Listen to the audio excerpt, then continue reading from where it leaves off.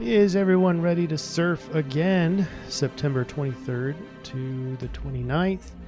We start off the week with kind of an entry into Libra and then slowly making our way towards a new moon.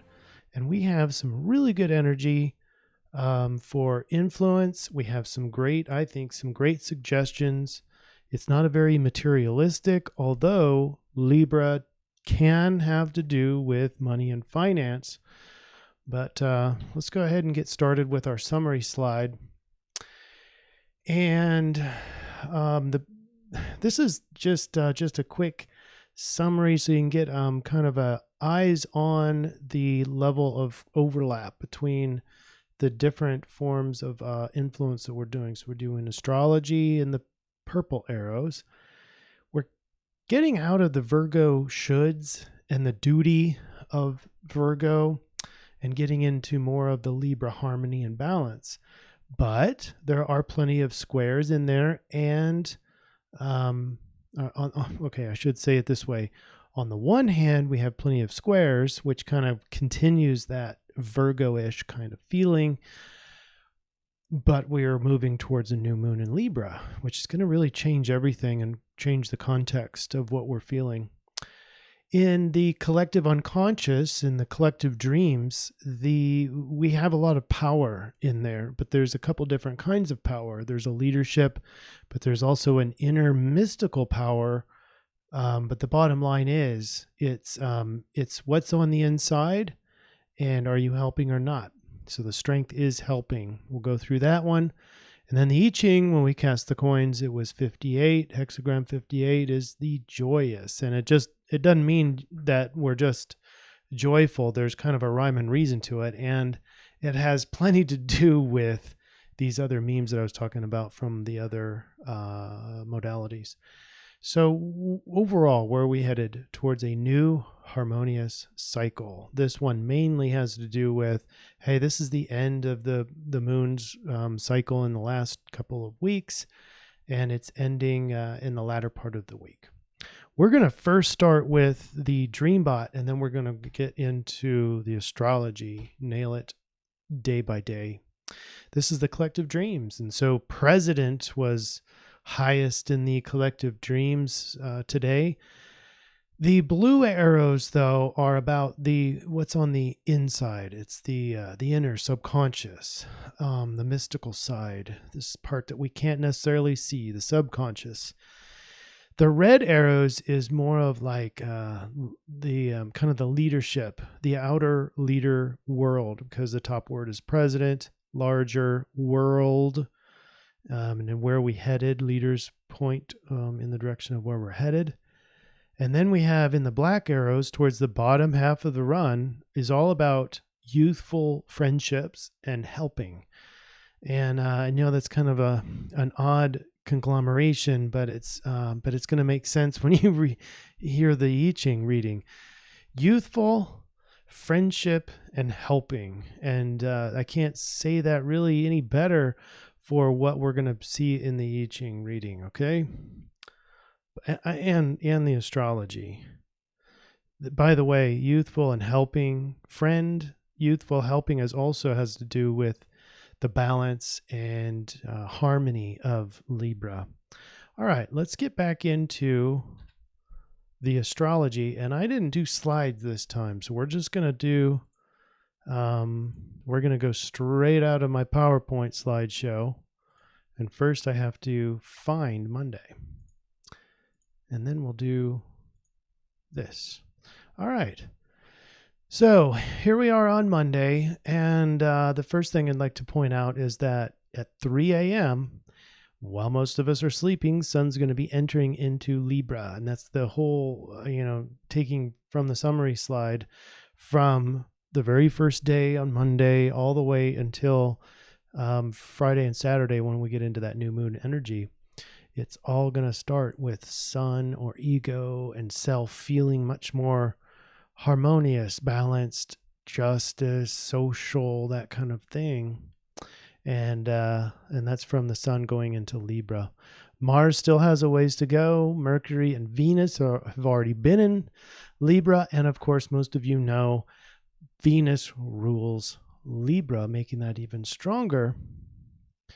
Okay, what else do we have on Monday? Well, look at where the moon is and making a whole bunch of different aspects. It's basically emotionally erratic, and it can be very dreamy and empathetic in the morning, moving more to more abrupt, because we've got a starting halfway through the day an opposition to Pluto, and Pluto has its hidden power, and you know, it has no problems destroying things and rebuilding things at will. And so that's kind of cold and hard, where the morning was kind of emotional and dreamy and empathetic. By midday, it's going to be more clear cut than that. And then plus you've got a sextile over to Mars, and Mars wants to get up and go and do things. So it's going to be progressively much more like dreamy in the morning, and then shifting to kind of cold and hard, and then effective, I guess, towards the end of the day, emotionally anyway. There are quite a few more aspects here. We have the leftover residue of Neptune square Jupiter. We've been talking about that for quite a while. And we have this median here, Venus and Mercury making a square over to Saturn. But let's go into Tuesday. We're going to make a little bit more clarity on what's happening here. So we have the moon early in the morning making a nice sextile with the sun. This feels balanced. The mental content turns more expansive and positive because Mercury is making an exact sextile with Jupiter. And Jupiter was squared off to Neptune, Neptune being the dreamy, so this is kind of a sign of grandiosity. But now we're able to assimilate the Jupiter optimism into rationality. So we're able to logically go pursue positive ventures and optimistic new horizons. Okay, that's in the afternoon, but that whole energy should be with us that entire day into Wednesday. So let's look at Wednesday. Now we have an exact square with Venus and Saturn. And this one is going to bring back very much the feeling, that kind of the similar Virgo feeling of things that we got to get done. And I want to make you aware of that feeling. This is Wednesday. You might be questioning, are we back in Virgo again? And the solution, wait for the summary slide at the end. I'll give you exactly the whole context for the whole week. Basically, we need to feel more content on the inside. There's not a lot of, I mean, of course, you got to go to work and pay your bills and do all the standard things. I'm not saying to just let go of all those, but it's not going to be so Virgo-esque. It's going to be a lot, it should be a little bit more harmonious, except for Wednesday when you've got Venus and Saturn. There might be some obstacles show up in the area of beauty, love, harmony, finance, that kind of thing. And there might be some hurdles there. So go into your inner self and stay contented and check your intentions, because if your intentions are right, there won't be a lot that you have to do to circumvent these hurdles. There's gonna, in other words, the solution is going to be to be harmonious. Being harmonious, according to the I-Ching, and I'm kind of, the lead in the cart here, but is that creating harmony is the goal for the week. And so when you get into conflict with Saturn, especially in midweek, then I wouldn't be doing a lot of fighting. I would rather be creating more harmony. And doing so, you're going to have success. Okay, that'll show up later. Moon makes a sextile to Mercury. That's nice and all, but let's move on to Thursday.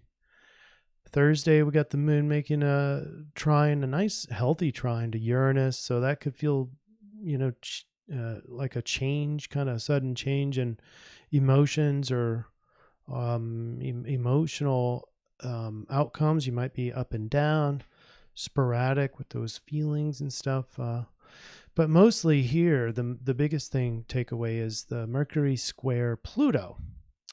And this is where you can get into cul-de-sacs with mental thought.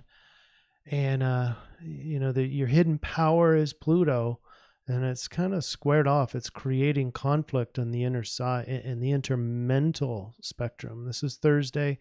We're destroying ideologies through logic.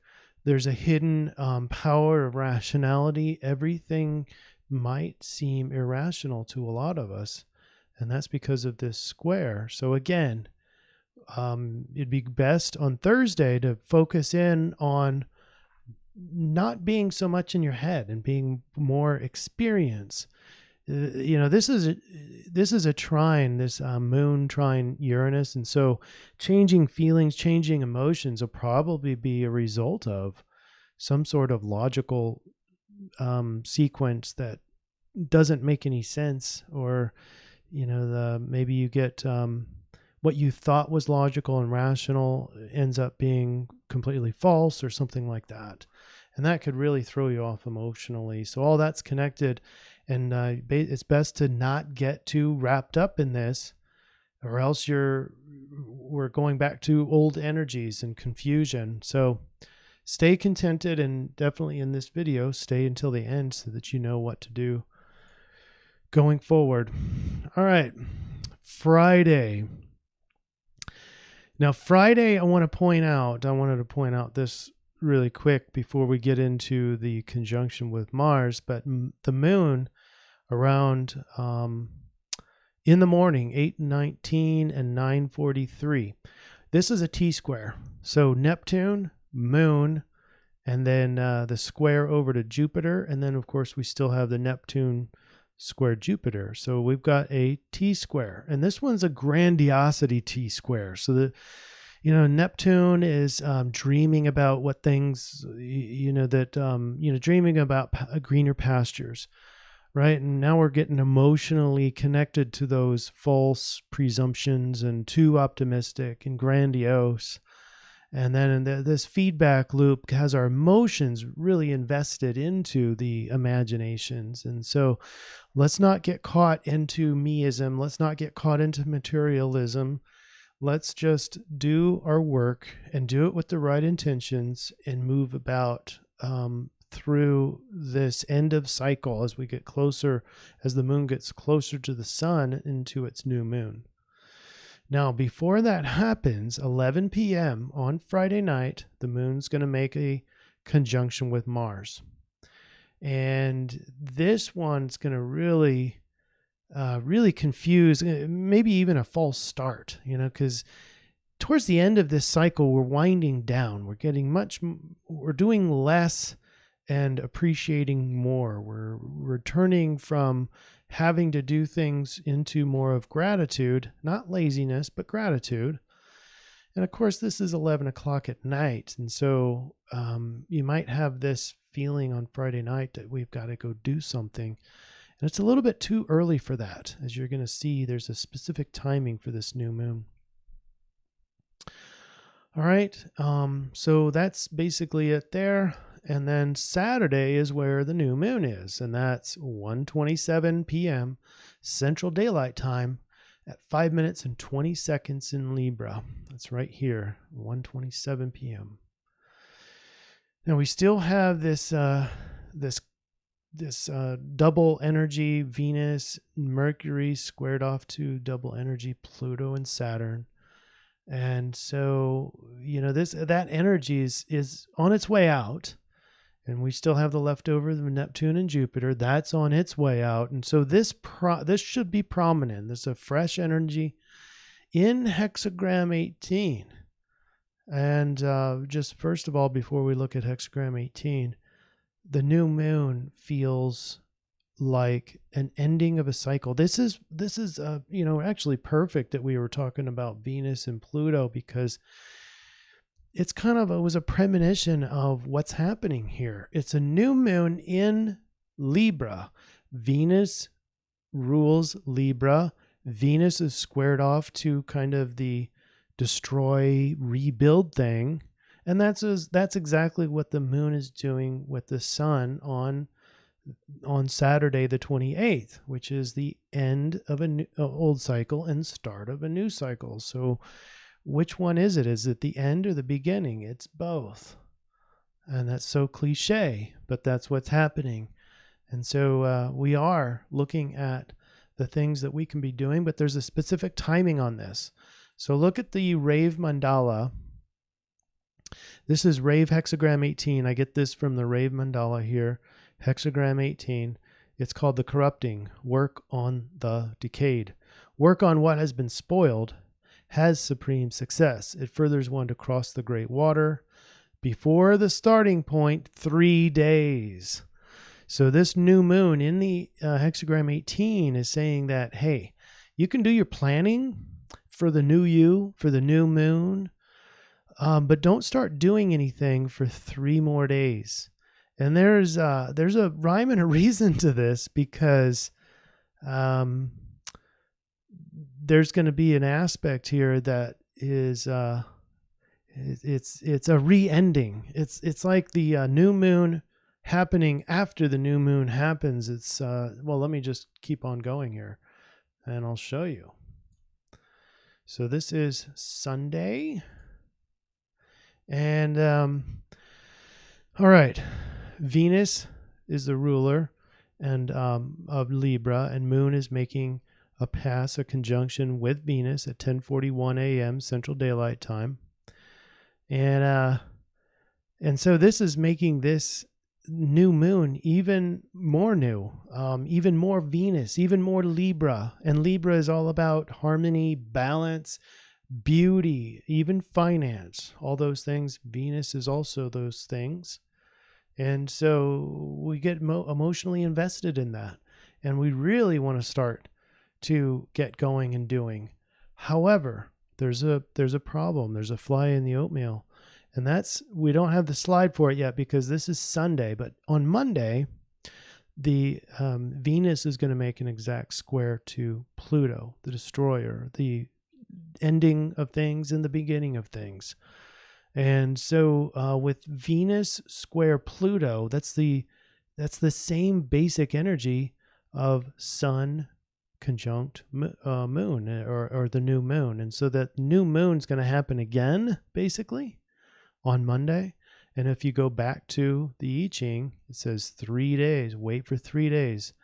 That would be 28, 29, 30. And so on the 1st of October, that's the time when you start the new you. Whatever you've decided for this new cycle is on the 1st. Let's see. All right, so I think that's it for the astrology. If I've missed anything, go ahead and comment below, and let's go ahead and talk about the I-Ching now. All right, I would keep the highlighter up. I just did some copy and pasting. We're in a new little format, and I've got the when we cast the I-Ching coins, it came up with hexagram 58. I was going to keep the highlighter open. So this is the hexagram, and we have one change line right over hexagram number 6, and it's called the open, the joyous. Incidentally, it's lake over lake. Those are the two trigrams. This is the first 3 lines here is the lake, bottom 3 is the lake. So it's a double lake. And by the way, the associated Chinese symbol is this. I'm not sure what it's called. Tui, I think. It's cash and exchange. And so there's a monetary thing here, but it doesn't have to do with 3D money. It has to do with joy, the inner joy. True joy, therefore, rests on firmness and strength within, manifesting itself outwardly as yielding and gentle. So it's not just joy. Yes, joy is the inner wealth. That's what we're talking about with hexagram 58, but it has to be displayed with gentleness and yielding. That's the real power. Joyous mood is infectious and therefore brings success.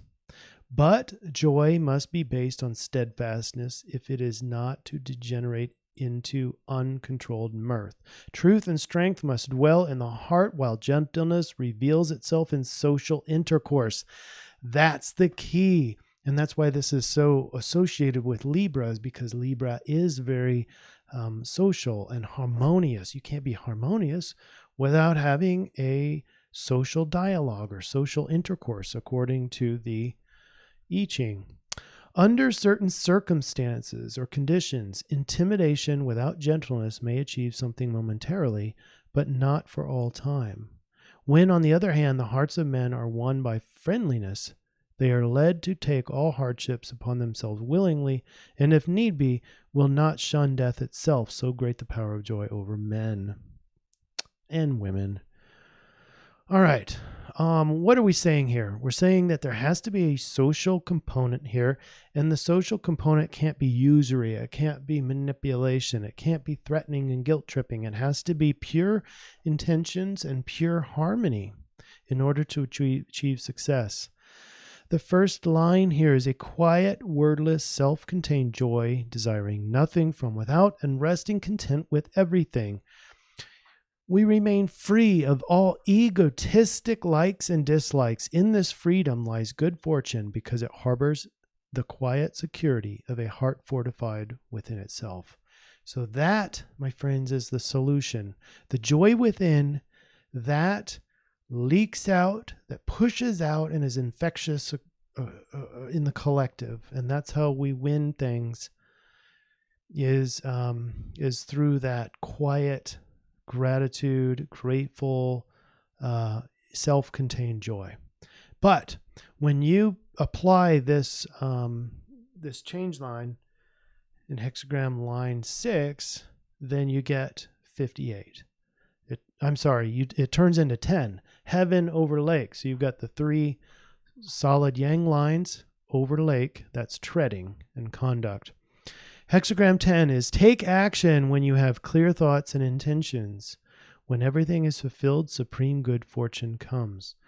This change line, the way we arranged the coins, is that whatever result was, this is the solution. So the solution to the energy of joy is to tread. What does that mean? The small and cheerful treads upon the large and strong. The direction of movement of the 2 primary trigrams is upward. The fact that the strong treads on the weak is not mentioned in the Book of Changes because it is taken for granted. For the weak to take a stand against the strong is not dangerous here. For the weak to take a stand against the strong is not dangerous here because it happened in good humor and without presumption, so that the strong man is not irritated, but it all in good part. In terms of a human situation, one is handled wild, intractable people. In such a case, one's purpose will be achieved if one behaves with decorum. Pleasant manners succeed even with irritable people. So here is the solution. It is all about creating harmony. Now, thank you for staying here to the end. We're going to get into the solution slide. And in order to do that, I have to shift this over a little bit. All right. So we have the main influences Libra. We talked about all that. We saw that in the astrology. We saw it in the DreamBot. It's about joy. It's about harmony, balance. This is very powerful to not to force yourself, but to recognize that the joy is already in you. It's also the end and the beginning of a cycle. Libra is also about justice. You're going to have that feeling or that sensation or that urge to have justice. But social harmony and creating harmony is vital. So that was the influence. That's what you're going to hopefully feel. And then the solution here is to get the maximum results of this Libra energy is, according to the I-Ching And according to Sidereal Astrology, is stay in your inner power. The inner part is both the I-Ching and the Dreambot. Stay in your inner power. Move forward confidently, but with pure intention. You're going to have social interaction with other people. So creating harmony in and of itself, creating harmony brings success. You're using that Libra energy to create harmony, and that is the end. It's not the means to an end. It is the end, creating harmony. And so because of that is a karmic influence of success. Don't be seeking the success. Be seeking harmony. And in doing so, will bring success. Okay? Much different. This is the time when you can, if you're feeling weak, you can, quote unquote, tread on the strong. I don't like that terminology, but this is not dangerous to be questioning the strong right now. I'm not asking for like a revolution or anything. What we're, as long as you are creating harmony as the end state, you are going to get success. And so, if that is your end in treading on the strong, according to the I-Ching, it is going to manifest back to you.